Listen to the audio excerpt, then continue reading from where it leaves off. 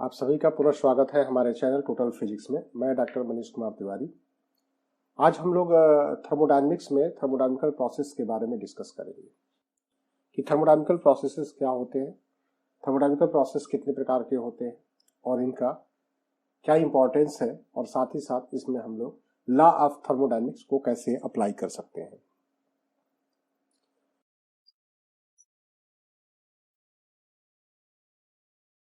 आप सभी विद्यार्थियों को एक सुझाव है कि आप सभी लोग अपने पेपर पेन को लेकर साथ में बैठे, जिससे कि जो भी चीजें आपको डिस्कस करके बताया जा रहा उन सभी को आप नोट करते हुए जाए, जो कि आपके एग्जाम में हेल्प करेगा। तो चलिए प्रारंभ करते हैं हम लोग। सबसे पहले देखते हैं कि थर्मोडायनेमिकल प्रोसेस क्या होते हैं। The process of evolution of a thermodynamical system from one thermodynamical state to another thermodynamical state by changing its thermodynamical coordinates is called thermodynamical process। मतलब कि यदि कोई थर्मोडायनेमिकल सिस्टम एक थर्मोडायनेमिकल स्टेट से दूसरे थर्मोडायनेमिकल स्टेट में change हो रही हो, तो इस प्रक्रिया को ही हम लोग थर्मोडायनेमिकल प्रोसेस कहते हैं। अब इसको समझने के लिए हम लोग एक पीवी डायग्राम की मदद लेंगे। तो हमारे पास एक पीवी डायग्राम है जिसके वाई एक्सिस पर प्रेशर है और एक्स एक्सिस पर वॉल्यूम है। आप इसमें दो पॉइंट को अभी देख रहे हैं, एक पॉइंट है ए और दूसरा पॉइंट है बी। पॉइंट ए रिप्रेजेंट कर रहा है एक थर्मोडायनेमिकल स्टेट को जिस पर कि प्रेशर P1 और वॉल्यूम V1 है, जबकि पॉइंट बी एक अंदर थर्मोडायनेमिकल स्टेट को रिप्रेजेंट कर रहा है जिसमें प्रेशर P2 और वॉल्यूम V2 है। अब यदि हम लोग इस डॉटेड लाइन से इस प्रोसेस को रिप्रेजेंट कर रहे हैं, मतलब कि हमारा थर्मोडायनेमिकल सिस्टम स्टेट ए से प्रारंभ होता है और इस डॉटेड लाइन के पाथ को फॉलो करते हुए स्टेट बी में पहुंच जाता है, तो यह एक थर्मोडायनेमिकल प्रोसेस कहलाएगा। तो अब अगर इसके बारे में लिखना है हमारे इस पीवी डायग्राम के बारे में, तो आप ऐसे लिखोगे कि इन figure PV diagram for thermodynamical process is shown here A and B are two different thermodynamical states.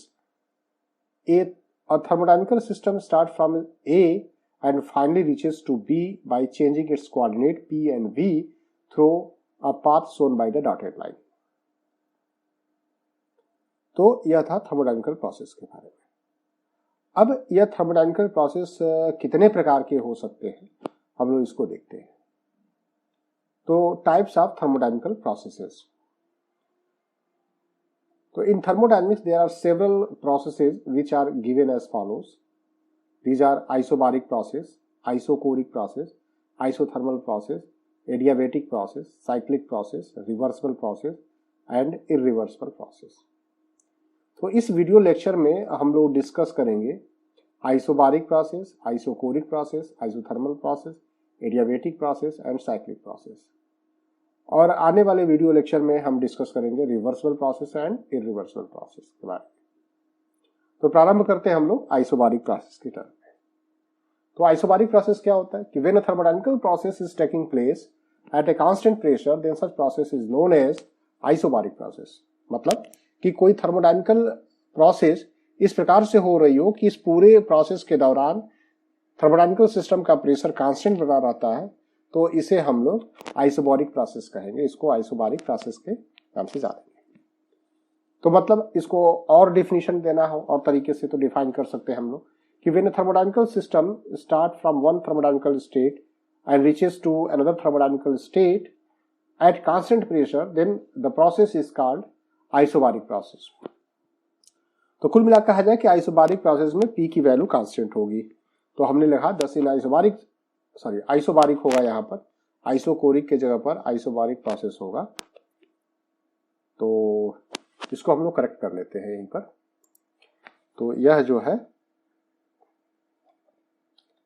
Isobaric process होगा, आइसोबारिक प्रोसेस। तो in isobaric process P is equal to constant, this imply that dP is equal to 0। जब P constant हो गया तो उसका change क्या हो जाएगा, 0 हो जाएगा। dP is equal to 0।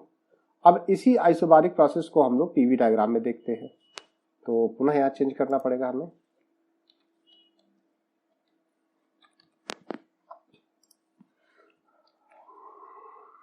तो हम लोग यहाँ पर पीवी डायग्राम देख रहे हैं, तो इसमें y एक्सिस पर प्रेशर को, x एक्सिस पर वॉल्यूम को रिप्रेजेंट कर रहे हैं। ठीक है, तो यहाँ पर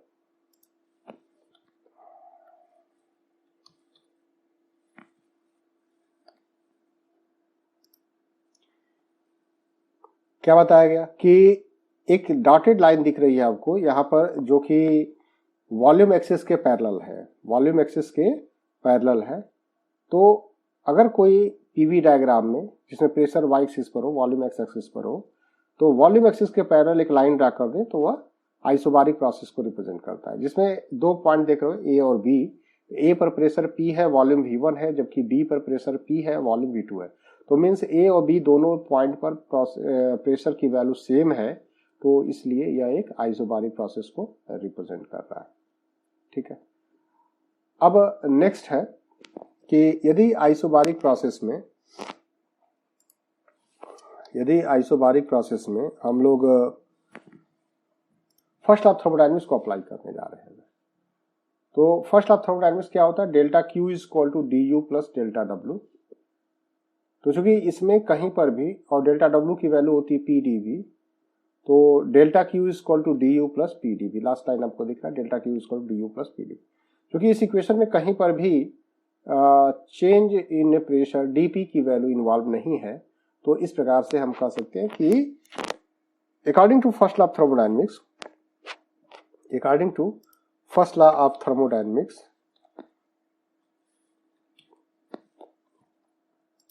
in a isobaric process, the heat energy given to a thermodynamical system will be utilized partially to increase internal energy of the system and rest in external work done। मतलब कि यदि कोई प्रोसेस अगर आइसोबारिक प्रोसेस है, तो उस process के दौरान जो कुछ भी उस थर्मोडायनेमिकल सिस्टम को हीट एनर्जी दोगे, वह हीट एनर्जी पार्शियली यूटिलाइज होगी उस थर्मोडायनेमिकल सिस्टम के इंटरनल एनर्जी को चेंज करने में, और रेस्ट पार्ट से जो है एक्सटर्नल वर्क डन किया जाएगा।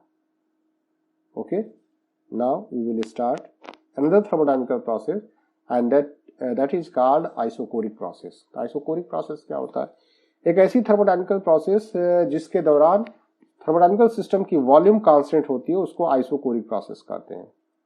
तो when a thermodynamical process is taking place at constant volume, then such process is known as isochoric process.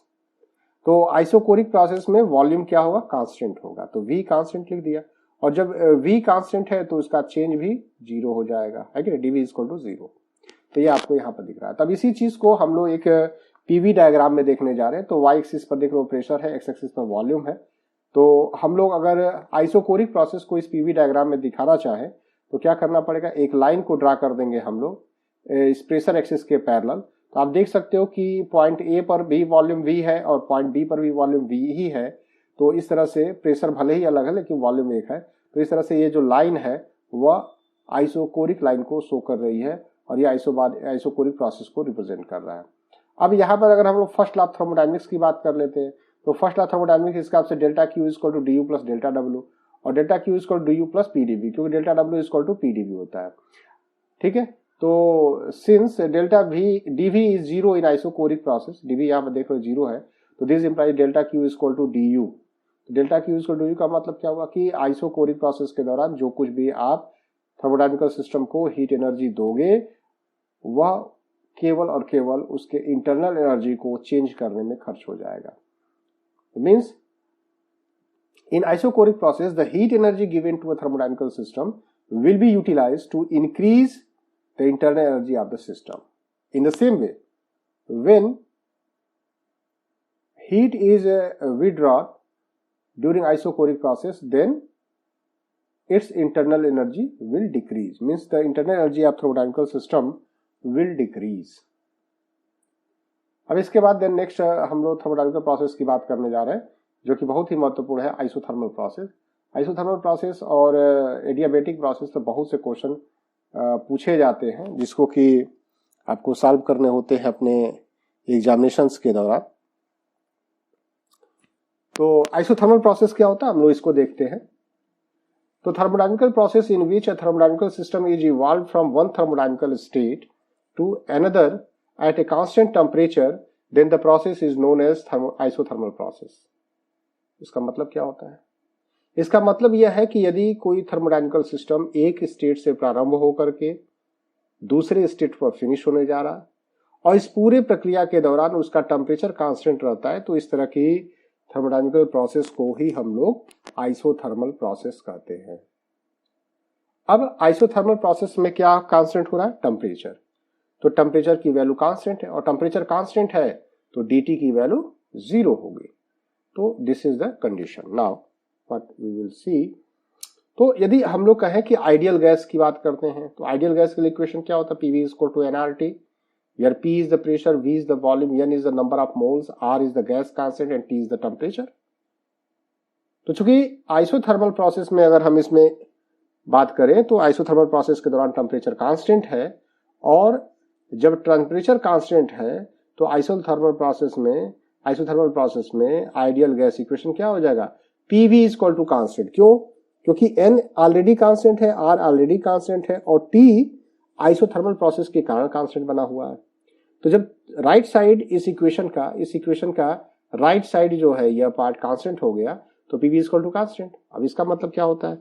PV constant होगा, यह इक्वेशन ऑफ स्टेट भी है आइडियल गैस के लिए आइसोथर्मल प्रोसेस में। अब इसका मतलब क्या होता है? इसका मतलब यह होता है कि यदि एक आइसोथर्मल प्रोसेस दो स्टेट्स P1 V1 और P2 V2 के बीच में हो रहा है तो at the end of process P1 V1 is equal to P2 V2, P1 V1 is equal to P2 V2। तो इसी चीज को हम लोग एक ग्राफ के माध्यम से देख सकते हैं कि मान लिया जाए कि y एक्सिस पर प्रेशर है, x एक्सिस पर वॉल्यूम है और हमारा सिस्टम जो है स्टेट A से जहां पर प्रेशर P1 वॉल्यूम V1 है से प्रारंभ होकर के स्टेट B पर इंड हो रहा है जहां प्रेशर P2 और वॉल्यूम V2 है और इस पूरे प्रक्रिया को एक सॉलिड लाइन से रिप्रेजेंट किए हुए और इस पूरे प्रक्रिया के दौरान T की वैल्यू कांस्टेंट है, T की वैल्यू कांस्टेंट है। तो हम लोग यह कह सकते हैं कि अगर T की वैल्यू कांस्टेंट है तो इसका मतलब हुआ कि जो वैल्यू A पर P1 V1 की होगी वही वैल्यू P2 V2 का। मतलब कहने का मतलब कि A पर P1 और V1 का जो प्रोडक्ट होगा वह जो रिजल्ट आएगा प्रोडक्ट का वह B पर P2 V2 के प्रोडक्ट के इक्वल होगा। क्लियर? तो अब हम लोग नेक्स्ट इसमें फर्स्ट लॉ ऑफ थर्मोडायनामिक्स को अप्लाई करने जा रहे हैं। तो फर्स्ट लॉ ऑफ थर्मोडायनामिक्स के हिसाब से delta Q is equal to du plus delta W। मैं डेल्टा Q du और डेल्टा W के बारे में ऑलरेडी इसके पहले के वीडियो लेक्चर में डिस्कस कर चुका हूं, ठीक है। और साथ ही साथ मैंने वहां पर यह भी एक्सप्लेन किया हुआ कि डेल्टा Q du डेल्टा मतलब कब डेल्टा इस्तेमाल करते हैं, कब D इस्तेमाल करते हैं, है ना, और क्यों यही इक्वेशन सही है हमने इस पर भी चर्चा किया हुआ है ना। तो यहां पर हम लेते हैं from first law of thermodynamics delta Q is equal to du plus delta W। अब जैसा हम जानते हैं कि आइसोथर्मल प्रोसेस में टेम्परेचर कांस्टेंट होगा और जब टेम्परेचर कांस्टेंट होगा तो यदि हम लोग बात कर रहे हैं आइडियल गैस के लिए तो आइडियल गैस में इंटरनल एनर्जी जो होता है वो टेम्परेचर का फंक्शन होता है। तो यदि टेम्परेचर कांस्टेंट हो जाएगा तो इसका मतलब इंटरनल एनर्जी कांस्टेंट हो जाएगा और यदि इंटरनल एनर्जी कांस्टेंट हो जाएगा तो चेंज इन इंटरनल एनर्जी 0 हो जाएगा। तो thus we know that कि du is equal to 0 in isothermal process for an ideal gas। तो इस प्रकार से आप लिख सकते हो कि जब du की वैल्यू 0 हो गई तो क्या बचा? Delta Q is equal to delta W। इसका मतलब क्या हुआ? इसका मतलब यह हुआ कि अगर हम लोग आइसोथर्मल प्रोसेस की बात कर रहे हैं और आइडियल गैस को मैंने लिया हुआ है सिस्टम के रूप में, तो यदि किसी सिस्टम को हम लोग डेल्टा Q एनर्जी देते हैं तो उससे डेल्टा W वर्क डन होगा, इंटरनल एनर्जी में उसके कोई परिवर्तन नहीं होगा। Therefore in isothermal process the heat energy given to a thermodynamical system will be utilised in external work done. So this is whole thing about isothermal process. Clear? Then we will start adiabatic process. What is the adiabatic process? A thermodynamical process in which a thermodynamical system is evolved from one thermodynamical state to another thermodynamical state such that no heat energy is exchanged with surrounding, then the process is known as adiabatic process. मतलब क्या हुआ यहाँ पर? इसका मतलब ये हुआ कि यदि कोई थर्मोडायनेमिकल सिस्टम एक थर्मोडायनेमिकल स्टेट से प्रारंभ होकर के दूसरे थर्मोडायनेमिकल स्टेट पर फिनिश होने जा रही है और इस पूरी प्रक्रिया के दौरान मतलब स्टेट A1 से स्टेट 2 तक जाने के दौरान वह सिस्टम थर्मोडायनेमिकल सिस्टम न तो सराउंडिंग से कोई एनर्जी लेता है न तो सराउंडिंग कोई एनर्जी देता है, इन दोनों बातों को हमने कह दिया कि कोई सराउंडिंग से कोई हीट एक्सचेंज नहीं करता है, तो इस प्रकार के प्रोसेस को हम लोग एडियाबेटिक प्रोसेस कहते हैं। This process is called adiabatic process. अब यदि एडियाबेटिक प्रोसेस है तो डेल्टा क्यू की वैल्यू क्या हो गई, 0 हो गई। और डेल्टा क्यू 0 होने का मतलब क्या हुआ, exchange of heat energy between system and surrounding is 0। Delta Q 0 होने का मतलब क्या हुआ, exchange of heat energy between system and surrounding, मतलब सिस्टम से सराउंडिंग में जा रहा हो या सराउंडिंग से सिस्टम में आ रहा हो तो यह अलाउ नहीं है, means delta Q is equal to 0। और जब डेल्टा क्यू 0 हो गया तो क्या होने जा रहा है, तो इसको हम लोग डिस्कस करेंगे। पहले हम लोग एडियाबेटिक प्रोसेस में इक्वेशन ऑफ स्टेट की बात कर लें। तो एडियाबेटिक प्रोसेस में इक्वेशन ऑफ स्टेट होता है पीवी की power gamma is equal to constant. तो यहाँ पी प्रेशर है, वी वॉल्यूम है और gamma is the atomicity of the gases. इसको हम लोग आगे के वीडियो लेक्चर में डिस्कस करेंगे कि एटॉमिसिटी क्या होता है किसी गैसीय सिस्टम के लिए, तो हम लोग इसको एक वीडियो लेक्चर में डिस्कस करेंगे। तो फिलहाल यदि प्रेशर और वॉल्यूम थर्मोडायनेमिकल सिस्टम का दिया हुआ है, एडियाबेटिक प्रोसेस हो रही है, तो उस दौरान पीवी की power gamma equal to constant होगा। अब यदि मान लिया जाए कि हमारा थर्मोडायनेमिकल सिस्टम को एक्सप्लेन किया गया वो प्रेशर वॉल्यूम में किया गया तो इस फॉर्मूले को यूज कर लेंगे। लेकिन यदि हमने थर्मोडायनेमिकल सिस्टम को टेम्परेचर वॉल्यूम के टर्म में, प्रेशर टेम्परेचर के टर्म में एक्सप्लेन किया हुआ है, देन व्हाट विल हैपन, तो उस प्रोसेस के दौरान हमारे पास इक्वेशन ऑफ स्टेट जो होगा टीवी की power gamma minus 1 equal to constant and T की पावर गामा पी की power 1 minus gamma equal to constant होगा।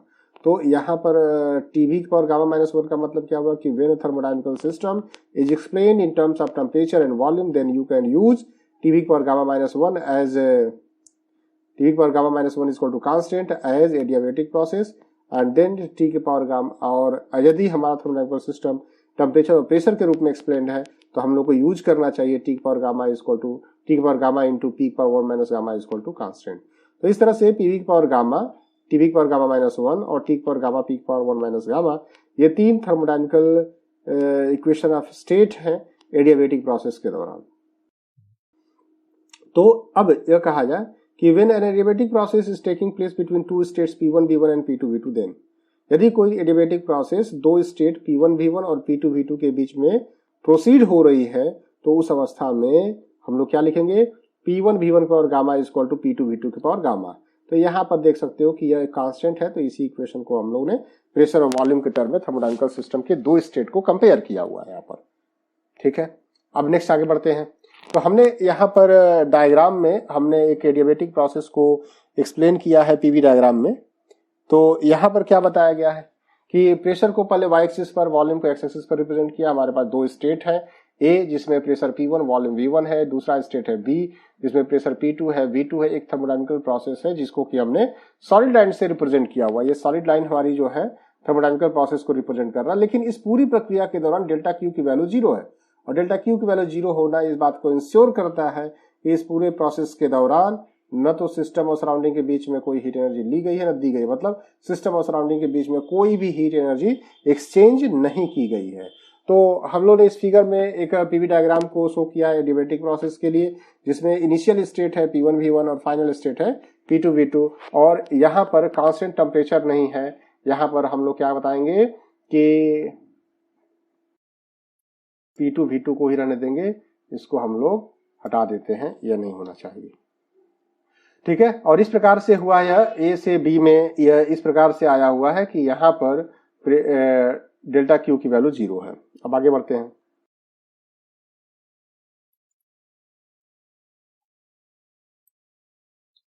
तो यहां पर क्या बता सकते हैं हम लोग कि अगर फर्स्ट लॉ थर्मोडायनामिक्स इसमें अप्लाई कर दें इस प्रोसेस के लिए, तो फर्स्ट लॉ थर्मोडायनामिक्स क्या होता है, delta Q equal to D you plus delta W.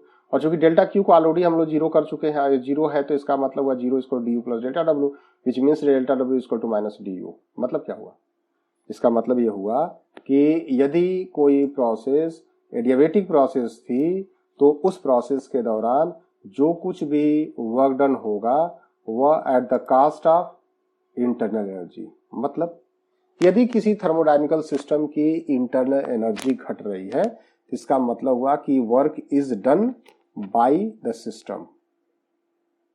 भाई अगर थर्मोडायनेमिकल सिस्टम की अपनी एनर्जी घट रही है इसका मतलब वर्कआउट कर रहा है, और यदि थर्मोडायनेमिकल सिस्टम की एनर्जी बढ़ रही है तो इसका मतलब उस पर कोई वर्क कर रहा है। तो when internal energy of a thermodynamical system is decreasing which means that work is done by the system, but when the internal energy of the system is increasing which means that उल्टा बोल दिया मैंने। तो अगर adiabatic process है तो किसी thermodynamical system की यदि इंटरनल एनर्जी बढ़ रही है तो इसका मतलब हुआ कि वर्क उस थर्मोडायनेमिकल सिस्टम पर किया जा रहा है। और यदि किसी थर्मोडायनेमिकल प्रोसेस के दौरान एडियाबेटिक प्रोसेस के दौरान यदि इंटरनल एनर्जी घट रही है तो इसका मतलब कि work is done by the thermodynamical system. क्यों? क्योंकि बाहर से कुछ हीट नहीं मिलने वाला है। अगर बाहर से हीट नहीं मिलने वाला है तो इसका मतलब कि जो कुछ भी हीट एनर्जी होगा वो सभी के सभी इंटरनल एनर्जी के जो भी वर्क डन होगा वो इंटरनल एनर्जी के कास्ट पर होगा। तो इस तरह से हम यहाँ कह सकते हैं कि delta W is equal to minus D U. Thus, in adiabatic process, the work is done at the cost of internal energy of the thermodynamical system. ठीक है। अब लास्ट प्रोसेस जो आज के इस वीडियो लेक्चर में हम लोग डिस्कस करेंगे वह प्रोसेस है साइक्लिक प्रोसेस। तो ये साइक्लिक प्रोसेस क्या होता है और बहुत ही इंटरेस्टिंग है ये साइक्लिक प्रोसेस क्या होता है। तो सबसे पहले हम लोग इसका डेफिनेशन देखते हैं। तो if a thermodynamical system undergoes number of changes and then finally return to its exact original state, then the process is called as cyclic process. तो अगर डेफिनेशन समझ में आ गया कोई बात नहीं, लेकिन डेफिनेशन नहीं समझ में आया तो हम लोग उसको समझने की कोशिश करते हैं इस पीवी डायग्राम से। तो हमारे पास देख सकते हो कि आपको एक इसमें पीवी डायग्राम दिख रहा है जिसमें दो स्टेट है। एक स्टेट ए है जिसमें प्रेशर P1 और वॉल्यूम V1 है, और दूसरा स्टेट B है जिसमें प्रेशर P2 और वॉल्यूम V2 है। तो हमारी थर्मोडायनेमिकल प्रोसेस जो है वह स्टेट ए से प्रारंभ हो रही है और पाथ 1 को फॉलो कर रही है। 1 क्या है? पाथ 1 को फॉलो करते हुए स्टेट बी में पहुंच रहा है, और पुनः जो है बी से प्रोसेस ए में एग्जैक्टली पहुंच जा रहा है एक दूसरे पाथ के हिसाब से, मतलब पाथ 2 को फॉलो करते हुए। तो चल अब कहा जाए कि at the end of complete process, मतलब पहले ए से बी में जाना पाथ 1 के लंग, और फिर बी से ए में आना पाथ 2 के लंग। तो इस तरह से ए से बी देन बी से ए। तो पुनः जो है हमारा प्रक्रिया है वह ए से प्रारंभ होकर बी तक गई, बी से ए पर वापस आ गई। तो अगर ए पर एग्जैक्टली वापस आ गया, मतलब जो प्रेशर P1 और V1 ए पर था वही पाथ 2 को फॉलो करते हुए अटेन कर लिया, तो इस तरह के थर्मोडायनेमिकल प्रोसेस को ही हम लोग साइक्लिक प्रोसेस कहते हैं। तो in figure PV diagram for a cyclic process is shown in figure. Process start from state A through path 1 and reaches to state B. From state B the process ends to state A through path 2।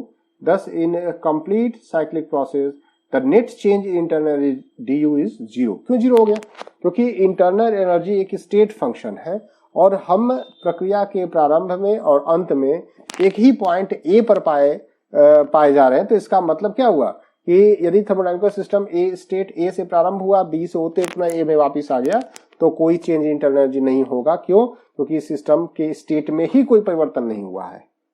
At the end of process, no change in state of thermodynamical system। और जब state change नहीं होगा तो उसका internal energy भी change नहीं होगा, क्योंकि इंटरनल एनर्जी एक स्टेट फंक्शन होता है। क्लियर? तो अब यहाँ पर अगर फर्स्ट लॉ ऑफ थर्मोडायनेमिक्स को अप्लाई कर दें तो फर्स्ट लॉ ऑफ थर्मोडायनेमिक्स क्या होगा? Delta Q is equal to D you plus delta W. तो delta Q is equal to D you plus delta W हो गया। इसका मतलब क्या हुआ कि यदि किसी थर्मोडायनेमिकल सिस्टम को आप डेल्टा क्यू एनर्जी देने जा रहे हैं, तो उसके इंटरनल में चेंज डी यू होगा और वर्क डन डेल्टा डब्ल्यू होगा।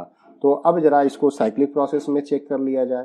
तो साइक्लिक प्रोसेस में क्या देख रहे हैं कि since D U is equal to 0, क्यों? क्योंकि अब ये ध्यान देना, इसको हमने ए से बी के लिए बात नहीं किया, ये मैंने पूरे प्रोसेस के दौरान बात किया। ए से बी देन बी से ए के लिए हम बात कर रहे हैं इस पूरे इक्वेशन को। तो डेल्टा क्यू की वैल्यू जो हो जाए डी यू के जीरो होने का डेल्टा क्यू की वैल्यू डेल्टा डब्ल्यू के बराबर हो जाएगा। तो यह जो डेल्टा क्यू डेल्टा डब्ल्यू मिल रहा है at the end of complete cyclic process की मैं बात कर रहा हूं। तो इसका मतलब क्या हुआ कि thus in cyclic process the heat energy given to a system will be utilized in external work done। Thermodynamical process के दौरान साइक्लिक प्रोसेस के दौरान जो कुछ भी हीट एनर्जी को दोगे तो वह हीट एनर्जी वर्क डन में यूटिलाइज होगा, और यह तब जबकि हम लोग साइक्लिक प्रोसेस की बात कर रहे हैं। अब यहां पर एक महत्वपूर्ण चीज और भी है समझने के लिए कि यदि साइक्लिक प्रोसेस है तो टोटल वर्क डन कितना हुआ होगा। तो टोटल वर्क डन के लिए कहा जाए कि यदि जो यह आप देख रहे हो तो स्टेट ए से इस पाथ 1 के लॉन्ग, फिर बी से ए में पहुंचा पाथ 2 के लॉन्ग, तो इसके अंदर का जो एरिया है अगर उस एरिया को हम लोग फाइंड आउट कर ले तो वही वर्क डन होगा, डेल्टा क्यू डेल्टा डब्ल्यू हो जाएगा इस पूरे साइक्लिक प्रोसेस के दौरान। क्लियर? तो अभी तक के आज के इस वीडियो लेक्चर में अभी तक हमने क्या डिस्कस किया कि थर्मोडायनामिकल प्रोसेस क्या होता है, देन कितने प्रकार के थर्मोडायनामिकल प्रोसेसेस होते हैं, और उसमें से हमने isobaric process, isochoric process, isothermal process, adiabatic process और साइक्लिक प्रोसेस को यहाँ पर हमने रिप्रेजेंट किया है। तो आज के इस वीडियो लेक्चर में बस इतना ही। अब हम लोग नेक्स्ट वीडियो लेक्चर में डिस्कस करेंगे फर्स्ट लॉ ऑफ थर्मोडायनेमिक्स के एप्लीकेशंस के बारे में, आइसोथर्मल प्रोसेस और एडियाबेटिक प्रोसेस में इक्वेशन ऑफ स्टेट क्या होगा, और देन आइसोथर्मल प्रोसेस और एडियाबेटिक प्रोसेस में वर्क डन कैसे निकालते हैं, स्लोप कैसे निकालते हैं, इन सब बातों को भी हम लोग डिस्कस कर लेंगे। ठीक है, तो आज के लिए बस इतना ही।